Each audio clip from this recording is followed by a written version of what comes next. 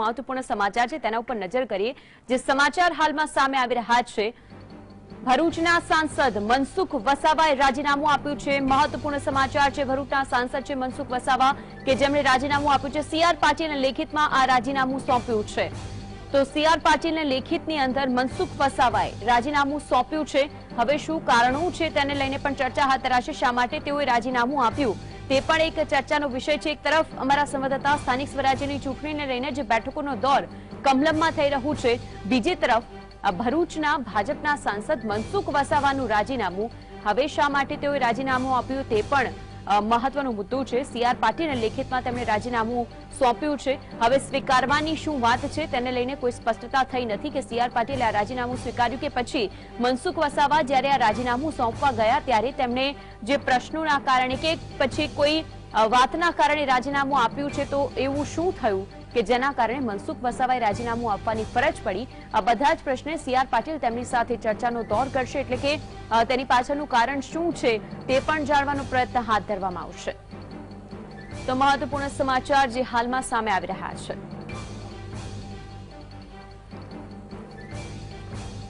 તો ભરૂચના સાંસદ છે મનસુખ વસાવા કે જેમણે રાજીનામું આપ્યું છે ત્યારે અનેક ચર્ચાએ પણ જોર પકડ્યું છે, કારણ કે એક તરફ સ્થાનિક સ્વરાજ્યની ચૂંટણીઓ સામે આવી રહી છે, બીજી તરફ ભાજપમાંથી મનસુખ વસાવા કે જેમણે ઘણા બધા ભારતીય જનતા પાર્ટીને આગળ લાવવા માટેના કાર્યો કર્યા છે, તો શા માટે તેમને અચાનક એકાએક રાજીનામું આપવાની ફરજ પડી તે પણ એક મોટો પ્રશ્ન છે।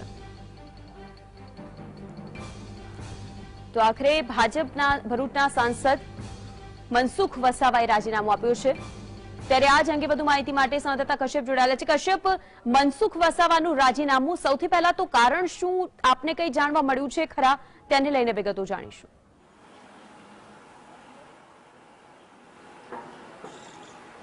મનસુખ વસાવાએ પ્રદેશ અધ્યક્ષ સીઆર પાટીલ છે તેને રાજીનામું મોકલ્યું છે અને આગામી સમયમાં કેન્દ્રીય નેતાગીરી છે તેને પણ આ અંગે જાણ કરશે તેવો પત્રમાં ઉલ્લેખ કરવામાં આવ્યો છે।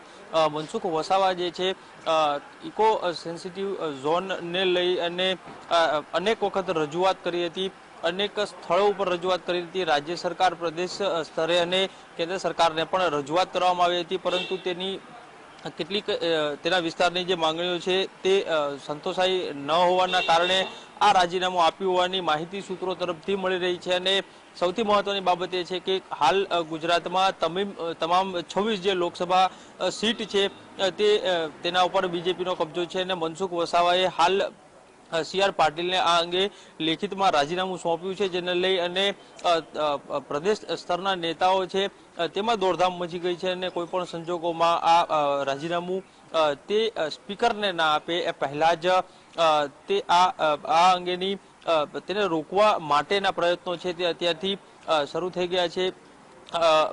અત્યારે 11 વાગે પ્રદેશ અધ્યક્ષ સીઆર પાટીલની અધ્યક્ષતામાં એક બેઠક યોજાવાની હતી પ્રદેશના મુખ્ય હોદ્દેદારોની, પરંતુ તે અત્યાર સુધી યોજાઈ નથી અને સીઆર પાટીલ છે તે પણ મનસુખ વસાવાને બનાવવામાં લાગી ગયા હોવાની માહિતી છે તે સામે આવી રહી છે। જી કશ્યપ, સીઆર પાટીલ જ્યારથી નેતૃત્વ તેઓએ સંભાળ્યું છે તે સમયે જ તેમણે પાર્ટીના કાર્યકરો અને તમામ લોકોને પણ તે કહ્યું હતું કે જે કોઈ પણ પ્રશ્ન હોય તો તેને તેઓના સમક્ષ લાવવામાં આવે કે જેનાથી તેનું નિરાકરણ આવે। અને મનસુખ વસાવાએ શું આ પહેલા આ પ્રશ્નોને લઈને તેમની સાથે ચર્ચા કરી હશે કે કેમ? અને આપે કહ્યું તે પ્રમાણે સ્પીકરને રાજીનામું સોંપે તે પહેલા જ દોડધામ અત્યારે મચી ગઈ છે, એટલે હજુ રાજીનામું સીઆર પાટીલે સ્વીકાર્યું છે કે કેમ, તેમની સાથે કોઈ વાતચીત થઈ ખરા, તેને લઈને વિગતો।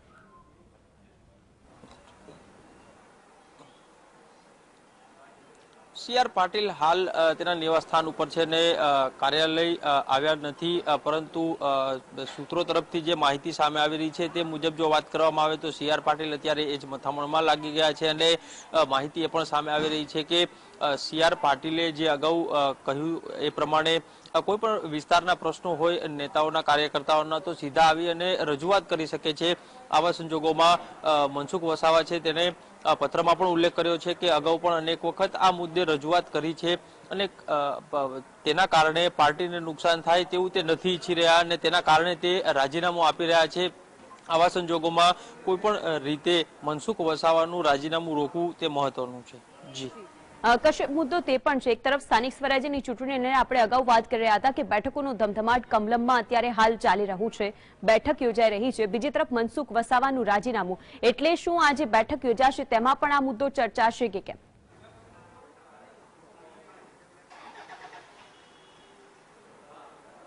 બિલકુલ, સી.આર. પાટીલ, સીએમ રૂપાણી અને ડેપ્યુટી સીએમ કમલમ ખાતે મળવાના છે.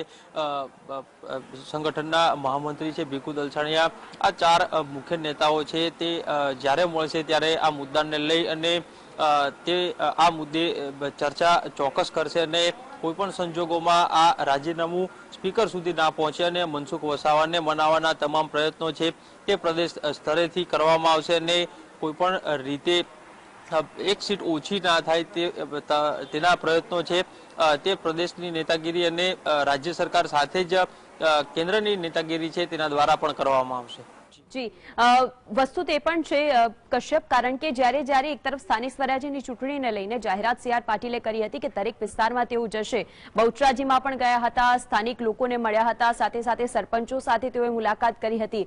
એક તરફ કાર્યકરો જ્યારે પેજ પ્રમુખની જાહેરાત કરવામાં આવી હતી નામોની, ત્યારે તે વાતની પણ ઉલ્લેખ કરવામાં આવ્યો હતો કે કોઈ પણ નેતા પછી છે, પહેલા તો તે પાર્ટીનો કાર્યકર છે અને તેનું જ ઉદાહરણ રૂપ બેસાડવા માટે ચાહે તે અમિત શાહ હોય, ચાહે તે મુખ્યમંત્રી વિજય રૂપાણી હોય, તેઓ ખુદ પેજ પ્રમુખ બન્યા છે.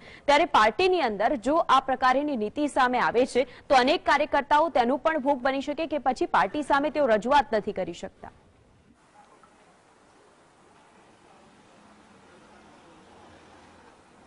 બિલકુલ, આ જે પ્રમાણેની સ્થિતિ અત્યારે સર્જાઈ છે તેનાથી એક વાત સ્પષ્ટ છે કે મનસુખ વસાવાએ પત્રમાં ઇનડાયરેક્ટલી પોતાની નારાજગી છે તે વ્યક્ત કરી છે અને કેટલાક મુદ્દાઓને લઈ અને તેની રજૂઆતો નથી સાંભળવામાં આવી અને તેના કારણે જ તેને રાજીનામું આપવાની ફરજ પડી છે અને તેનો પત્ર જ એ જ પત્ર તેણે પ્રદેશ અધ્યક્ષ સી.આર. પાટીલ છે તેને મોકલ્યો છે અને આ એક તરફ કાર્યકર્તાઓથી લઈ અને નેતાઓ સુધી અન્ય કાર્યકર્તાઓને મેસેજ પહોંચે તેના માટે થઈ અને પેજ પ્રમુખ બની રહ્યા છે. બીજી તરફ મનસુખ વસાવા છે તે આ પ્રમાણે રાજીનામું આપી રહ્યા છે. આવા સંજોગોમાં બીજેપી માટે કફોડી સ્થિતિ સાબિત થઈ છે, કારણ કે આ પ્રકારે રાજીનામું પડતા એક મેસેજ છે તે જઈ રહ્યો છે અને આવા સંજોગોમાં કોઈ પણ રીતે મનસુખ વસાવાને રાજીનામું આપતા રોકવા માટે થઈ અને તમામ પ્રકારની કવાયતો છે તે કરવામાં આવશે.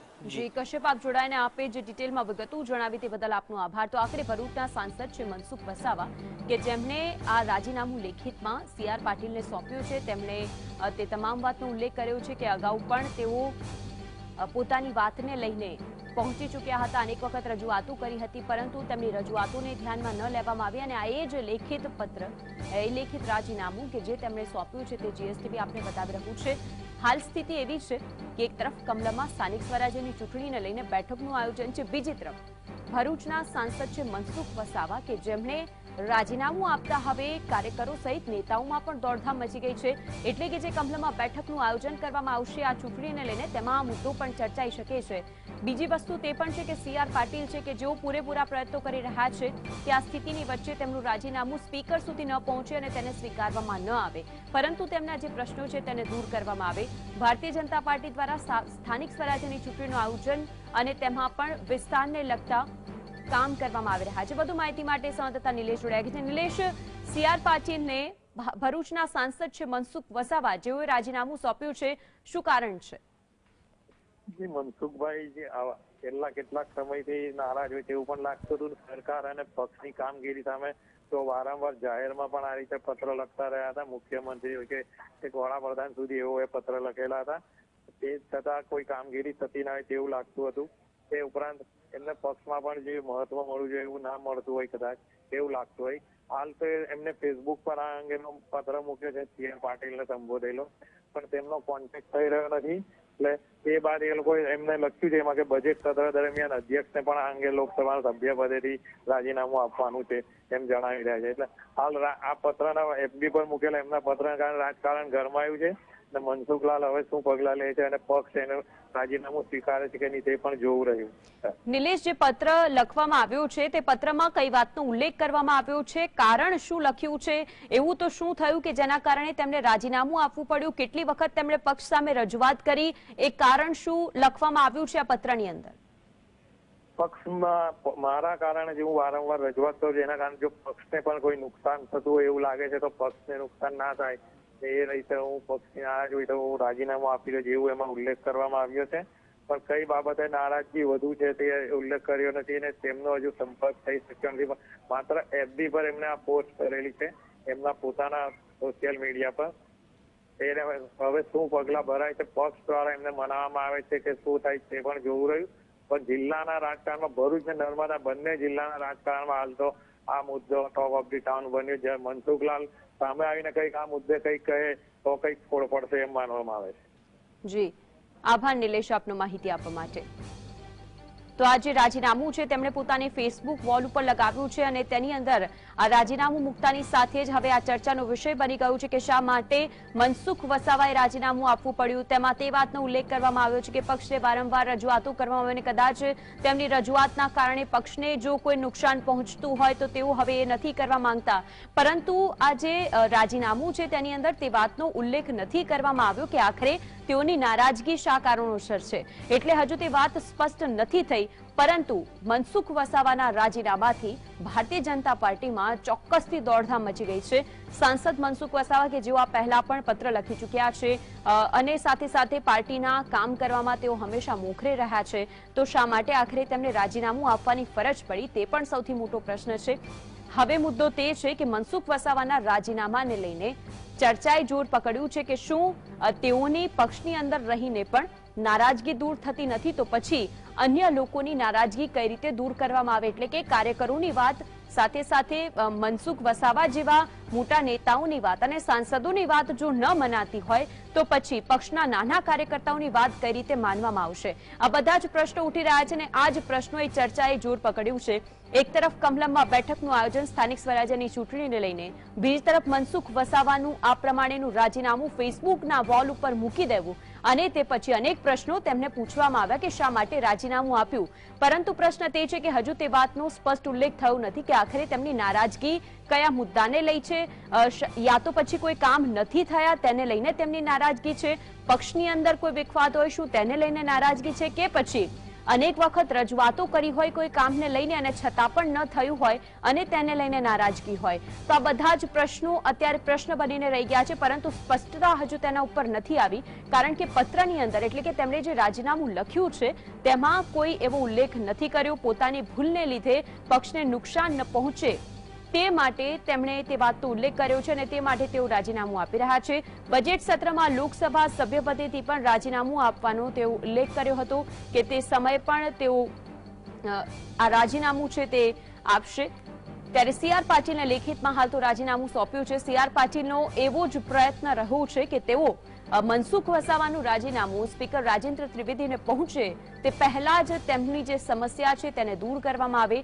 હવે આખરે જો આ રીતે જ સાંસદ મનસુખ વસાવા અને તે પછી અન્ય કોઈ નેતા કે પછી કોઈ કાર્યકર નારાજ થતા રહે અને તેમની નારાજગીને જો દૂર ન કરવામાં આવે તો પછી પક્ષની અંદર એક એવું વાતાવરણ ઊભું થાય જેનાથી તે વાતનો સ્પષ્ટ સંદેશ બીજા કાર્યકરો કે પછી નેતામાં ચોક્કસપણે જાય કે પક્ષના લોકોની જ વાત નથી સાંભળવામાં આવતી અને એટલા માટે જ સાંસદ જેવા મોટા ગજાના નેતાઓને પણ રાજીનામું આપવાની ફરજ પડે છે. તો આ બધા જ પ્રશ્નોનો જવાબ હવે શું સામે આવે છે. એટલે કે રાજીનામું સ્વીકારાશે, રાજેન્દ્ર ત્રિવેદી સ્વીકારે છે કે કેમ, સ્પીકર સુધી આ રાજીનામું પહોંચે તે પહેલા જ શું મનસુખ વસાવાની નારાજગી દૂર થાય છે કે કેમ, આ બધા જ પ્રશ્નો અત્યારે મહત્વપૂર્ણ છે. અમારા સંવાદદાતાએ જે પ્રમાણે વિગતો જણાવી તે પ્રમાણે આ રાજીનામું સોંપ્યાની મિનિટોની અંદર જ દોડધામ મચી ગઈ છે.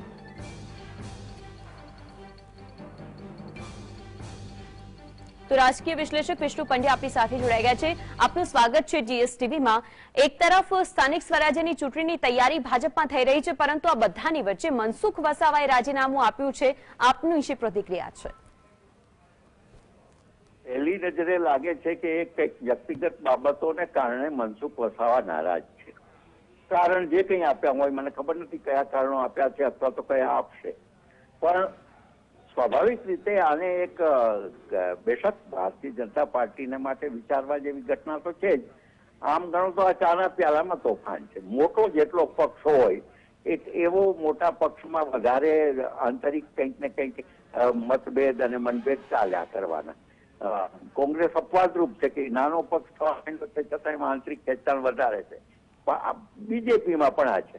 બીજેપી ને સૌથી મોટું મહત્વનું મેદાન એ આદિવાસી વિસ્તાર છે અને એ કઈ આજકાલથી જ ત્યાં આટલી જમાવટ થઈ છે એવું નથી.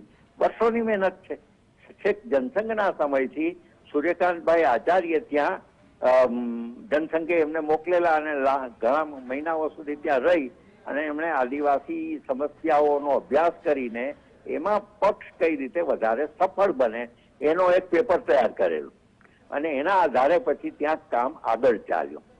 પછી તો છેલ્લા ઘણા સમયથી ત્યાં કોઈક ને કોઈક રીતે આદિવાસી નેતાઓનું પણ ભારતીય જનસંઘમાં અને પછીથી ભારતીય જનતા પાર્ટીમાં ખેંચાણ વધ્યું.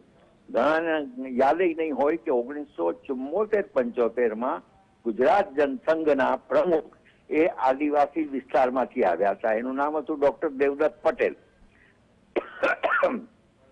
અને કાનજીભાઈ પટેલ જે હતા ત્યાંના એ પણ એક મહત્વના નેતા કાર્યકર્તા જે પછીથી મિનિસ્ટર થયા હતા. છેલ્લા કેટલાક સમયથી C.R. પાટીલ દક્ષિણ ગુજરાતમાં ધીરે ધીરે એમણે મોટું કામ સંગઠનાત્મક કર્યું અને એ સંગઠનને અનેક પરિબળોએ ટેકો આપ્યો છે. ત્યારે આ સંગઠન ઊભું થયું છે.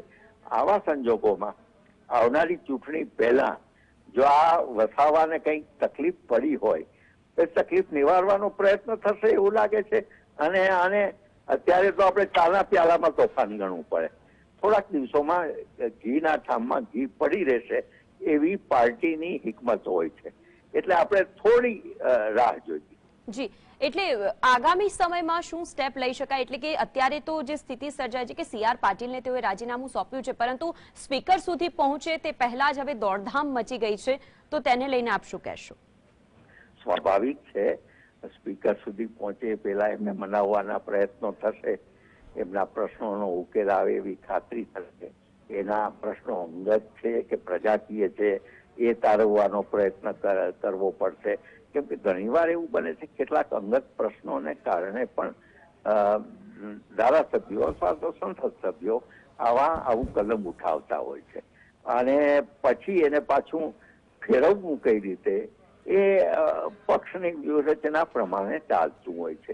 આવું આમાં બને એટલે સ્વાભાવિક છે કે નેતાઓ પક્ષ પ્રમુખ સહિત એમને મળશે અને વિચારણા કરશે. એ વિચારણા કર્યા પછી તરત કોઈક ને કોઈક પરિણામ આવશે.